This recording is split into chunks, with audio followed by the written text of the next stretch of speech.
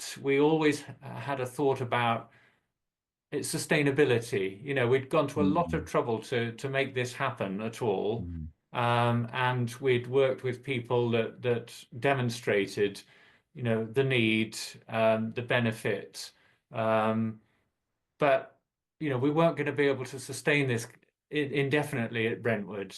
mm, So what then? And so the idea of bringing in a local artist, an emerging artist who could mm, join the team and mm, gain expertise from the different artists, um, and hopefully continue the work at Brentwood Theatre and elsewhere in that part of Essex, which sounded very logical and simple when you kind of put it like that, but actually was a bit of a gamble, you know, investing mm. in someone, you know, would that actually happen? So anyway, we built it into the budget for the first block, and we advertised for local artists who might be interested in joining. We had a lot of really strong applicants. And instead of appointing one person as an emerging music leader, as an assistant music leader for the project, we were so taken by the quality of the people we saw that we ended up rejigging things so we could appoint two in Saki and Fru, um, who joined the team in that kind of way as kind of apprentices, if you like. Um, but you know, again, because of the luxury of the longevity of what we were able to do at Brentwood, developed their skills and their confidence to the Amazing. extent that by Yeah. block four, Mm. they became the music leaders. They're incredible. And Yeah. Sam Glazer was able to step back and kind of leave Mm, them to it. And I think that's one of the real successes of what we've achieved. That mm, you know we were able to empower those two artists to the mm. extent that they were able to take a leading role alongside the other Viva Sinfonia Viva musicians later in the project.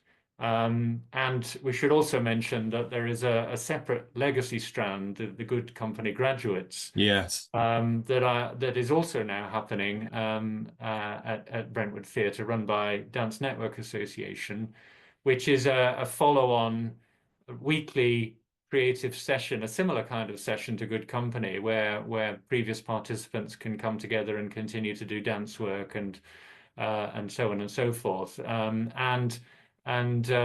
Saki and Fru have been part of that as well. So that kind of sustainability has been happening Yeah. in a way that we hoped but weren't sure would happen. Um, I think that's enormous. Sorry, I'm going to say this because I think that's enormous credit to you and to Orchestras Live because they are an amazing resource to the locality. And I actually had a conversation on Monday about the grad group. It's absolutely huge.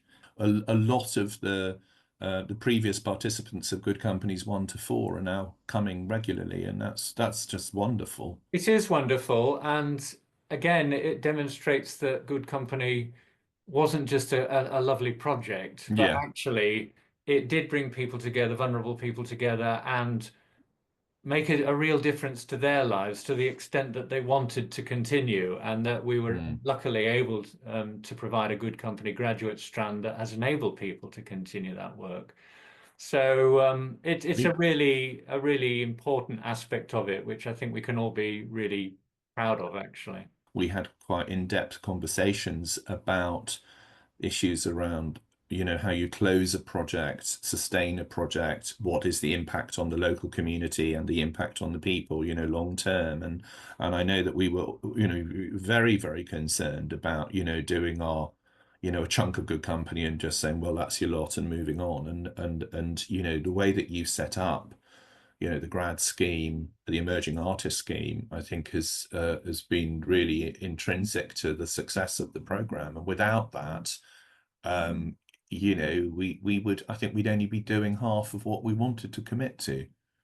Yeah. So, and I would just say, sorry, I have to say, when you name Saki and Fru, um, they're incredible. And the other thing is I immediately see moments when one of them has done something extraordinary, and whether it's, Saki singing with Hilary, who's, been Hilary's life is very, very difficult, but Saki said Fru said we are going to sing Blue Moon together, and with Saki, just the number of times with her guitar, she's knelt before someone with, advanced dementia, and they worked through rhythm together through her beautiful guitar playing and the use of percussion, and I'm just thinking the way that those two have enabled people to participate and shine has been absolutely fantastic. So all credit to Orchestras Live in the way that you and the recruitment process, but the way that you brought those two artists to good company.